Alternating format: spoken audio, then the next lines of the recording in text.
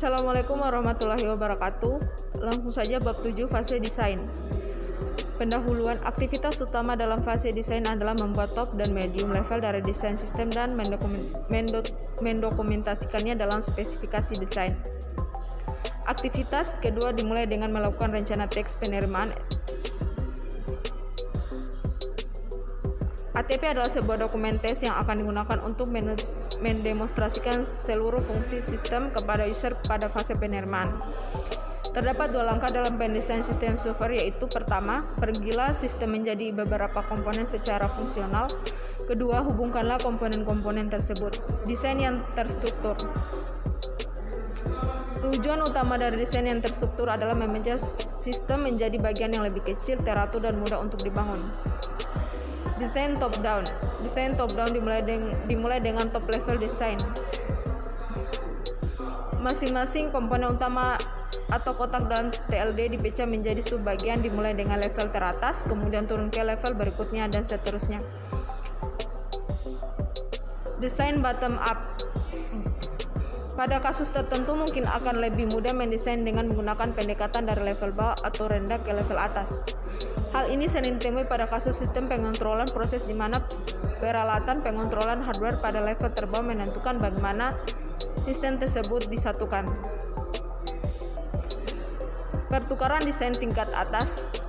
Umumnya, banyak desain tingkat atas yang dapat mencapai atau memperoleh hasil yang sama dalam sebuah sistem software. Contohnya desain tingkat atas top level pada gambar 7.1 hanya salah satu cara untuk memecahkan sistem EBC ke dalam komponen-komponen utama. Keputusan untuk membangun sendiri atau membeli merupakan keputusan yang khusus. Ada keuntungan dan kerugian pada setiap kombinasi dari item yang dibangun maupun yang dibeli. Prioritas desain. Pilihan TLD Anda akan mempengaruhi hal-hal berikut. 1. Biaya sistem. 2. Waktu yang diperlukan untuk membangun sistem. 3. Sifat mudah dipakai. 4. Kinerja. Selanjutnya ukuran sistem, kehandalan, kemampuan modifikasi. Desain tingkat menengah. Setelah TLD terpilih, kita harus membagi masing-masing fungsi atau komponen utama menjadi beberapa subfungsi atau komponen. Kita akan lihat bagaimana hal tersebut dilakukan untuk menggabungkan sistem perusahaan basket weaving. DWL yang memberi nomor setiap komponen utama pada TLD. Fungsi utama komponen menu adalah 1. Memulai sistem dan menampilkan main menu. 2. Menangani perpindahan mouse. 3. Menangani tombol pada mouse. 4. Pindah ke menu inquiry, update, warehouse, atau report ketika dipilih. 5. Menangani kesalahan-kesalahan seperti pada online help message untuk seluruh sistem. 6. Mematikan sistem jika quit dipilih. Aturan penamaan. Modul diberi nama untuk menunjukkan sistem, fungsi atau subfungsi yang diperlukan. Aturan penomoran. Modul diberi nama untuk menunjukkan sistem, fungsi atau subfungsi yang. Aturan penomoran. Nomor pada setiap kotak disusun dengan aturan sebagai berikut. Pada tiap-tiap tingkat terendah tambahkan sebuah titik dan angka bulat untuk nomor yang terletak pada kotak. Angka bulat tersebut diurutkan dari kiri ke kanan. Kamus desain. Modul kamus. Dictionary 1. Berdasarkan urutan angka sesuai dengan nomor komponen, berikan nama yang tepat dan penjelasan singkat untuk setiap modul. Contoh seperti berikut. Dictionary 3. Dictionary 2. Berdasarkan urutan alfabet dengan nama komponen, berikan nomor yang tepat dan penjelasan singkat untuk setiap modul. Contohnya dapat dilihat. Dictionary 3. Berdasarkan urutan alfabet dengan penjelasan singkat, berikan nomor komponen dan nama yang tepat. Contoh dapat dilihat. Kamus data umum. Daftar alfabet menyusun semua parameter yang ditunjukkan pada tanda panah dan aliran data. Untuk setiap item menjelaskan tipe, panjang, batasan, dan modul yang digunakan. Modul terstruktur atau sejauh mana Anda dapat merincinya. Sebuah modul terstruktur memiliki ciri-ciri sebagai berikut. 1. Berfungsi sepenuhnya sebagai fungsi tunggal. 2. Ukurannya kecil. 3. Dapat diprediksi. 4. Tidak tergantung. 5. Meskipun hal ini tidak didefinisikan secara jelas dalam modul terstruktur, lihat kegunaannya kembali. Suatu model yang cukup lengkap dan umum mengakibatkan Anda dapat menggunakannya pada aplikasi lain dengan memodifikasi sedikit mungkin. Desain file. Dapatkan kinerja yang sesungguhnya. Anda mulai mendesain file dengan melihat hasil dari fase analisis, kebutuhan-kebutuhan, dan desain level atas yang sejauh ini dihasilkan.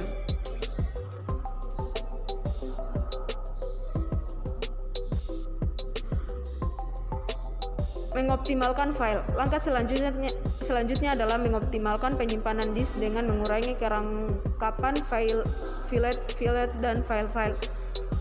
Pada student file, jika banyak siswa mempunyai alamat yang sama seperti perusahaan yang sama, field alamat akan terulang.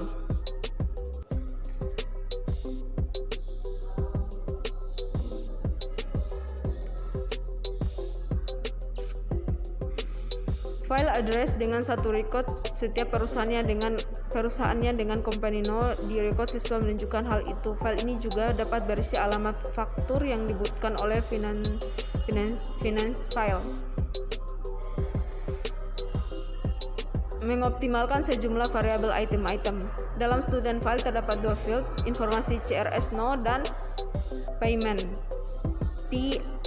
YMNT yang diulang untuk masing-masing kursus dari siswa yang mendaftar.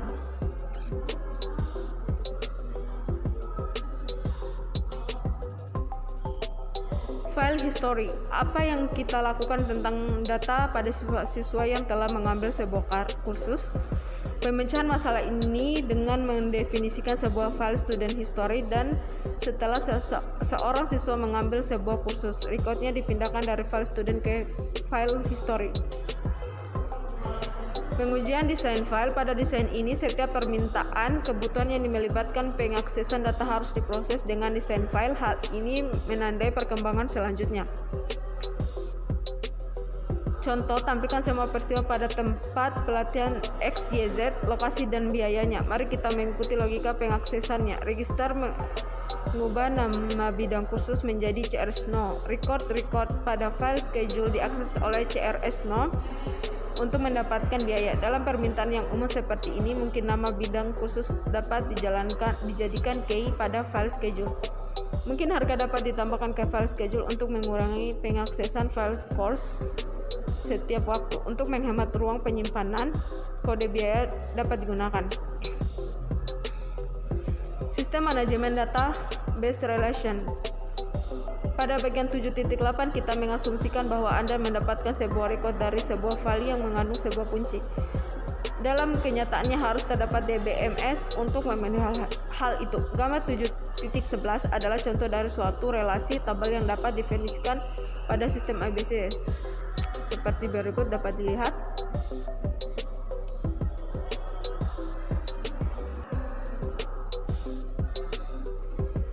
Kelebihan utama dari RDBMS adalah fleksibilitasnya.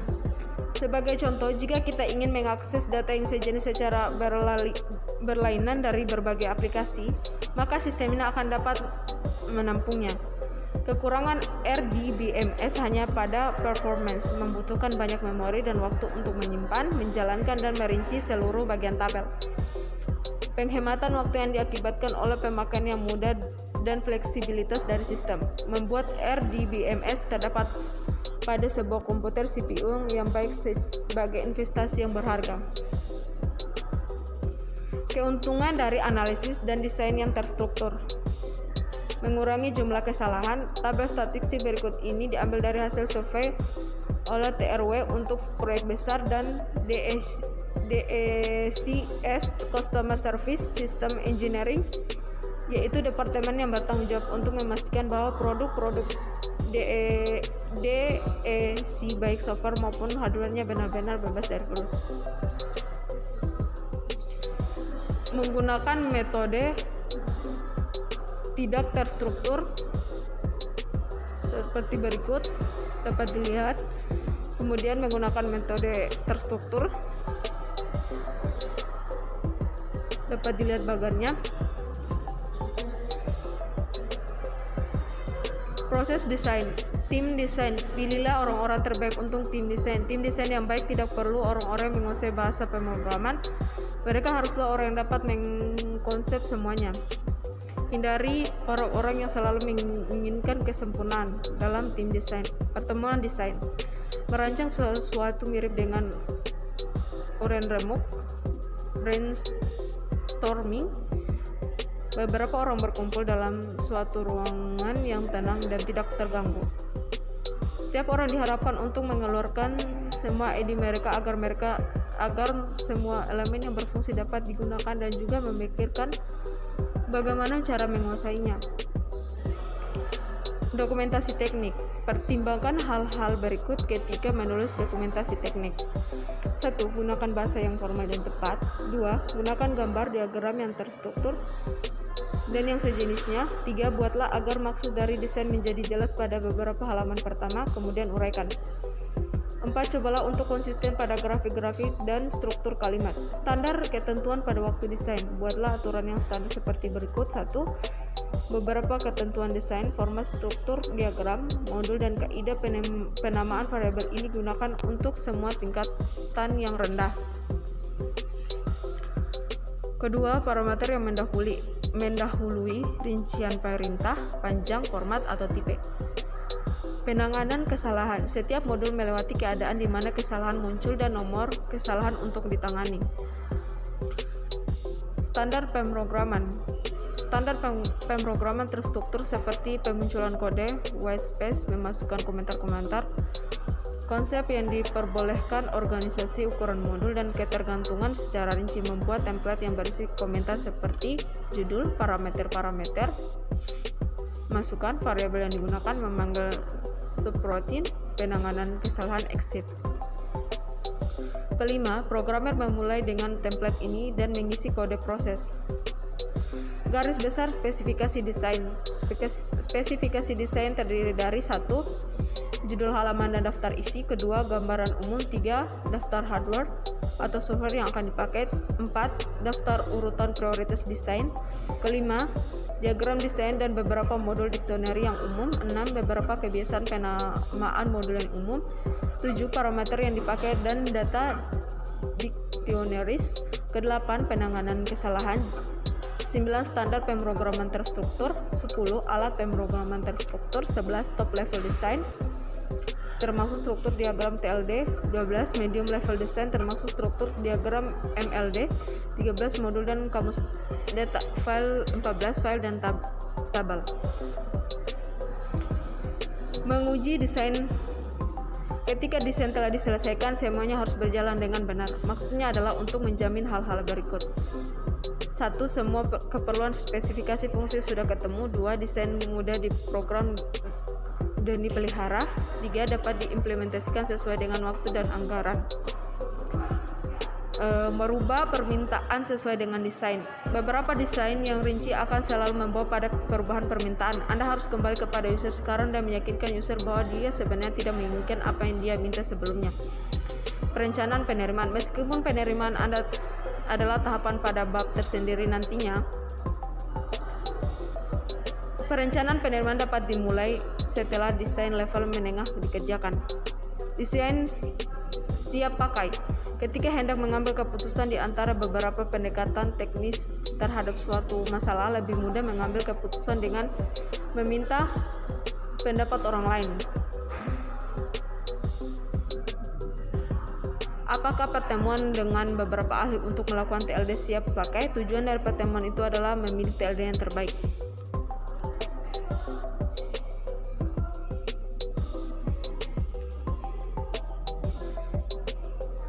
Kisah tentang perang desain. Cerita ini melibatkan 2 orang pemuda menjadi sahabat karib ketika mereka mengikuti kuliah ilmu komputer pada sebuah universitas terkemuka di Ontario, Kanada. Setelah lulus, yang satu menjadi seorang manajer pemrosesan data pada sebuah perusahaan penerbitan terkenal, dan yang satu menjadi seorang perancang sistem pada famous mini komputer. manufacturing company. Beberapa tahun kemudian perusahaan penerbit memutuskan untuk memasang komputer baru untuk sistem pengolahan. Manajer pemrosesan data tidak mampu menangani beban pekerjaan itu sendiri, maka ia menyewa temannya dari VMMC untuk mengerjakan desain dan program. Setelah mereka mengerjakan top level desain bersama-sama, mereka membagi modul utama yang masing-masing mengerjakan desain medium level dari modul-modul yang spesifik. Perancangan dari VMMC mendesain modul yang pertama. Untuk menunjukkan kehebatan dan desainnya pada temannya, ia membuat rancangan itu dengan sangat bagus untuk menghemat sedikit byte dari media penyimpanan atau beberapa nanodetik dari waktu CPU. Ia bahkan menambahkan sedikit keistimewaan tersendiri, sesuatu yang tidak seorang pun meminta untuk mengerti atau pernah menggunakannya. Si manajer pemrosesan data menanggapinya dengan mendesain modul yang kedua. Ketika dia melihat rancangan hebat milik temannya, ia mengatakan, "Saya dapat membuatnya lebih bagus dari itu." Lalu ia membuat modulnya sedikit lebih bagus dari modul temannya dan menambahkan sedikit suara bel dan melodi-melodi pada modulnya. Ia mengerjakan lebih lama dari jadwal yang ditentukan oleh modul menjadi lebih besar dan rencana. Si perancang tertantang untuk membuat modul yang ketiga yang lebih sempurna dengan menambah lebih banyak lagi suara bel-bel dan melodi sampai modul menjadi 2 kali lebih besar dari seharusnya, dan perlombaan terus berlanjut sampai mendesain sebagus mungkin tahap pemrograman. Sistem tersebut dibuat untuk 16 orang user. Ketika sistem akhirnya berjalan 50% terlambat, sistem bekerja baik sampai 4 orang user. Ketika 6 orang user bekerja, sistem menjadi sangat lambat. Dengan 8 orang user, sistem crash program menjadi sangat besar untuk dapat ditangani oleh sistem. Komentar orang teknisi dapat terbawa dengan tantangan teknis. Selalu banyak jalan yang baik untuk menyelesaikan masalah, tetapi tantangan harus menghasilkan tujuan, yaitu waktu dan biaya. Penutup, VMMC memberikan CPU yang besar kepada perusahaan penerbit tanpa biaya. Itu saja yang dapat saya jelaskan, lebih dan kurangnya mohon dimaafkan. Assalamualaikum warahmatullahi wabarakatuh.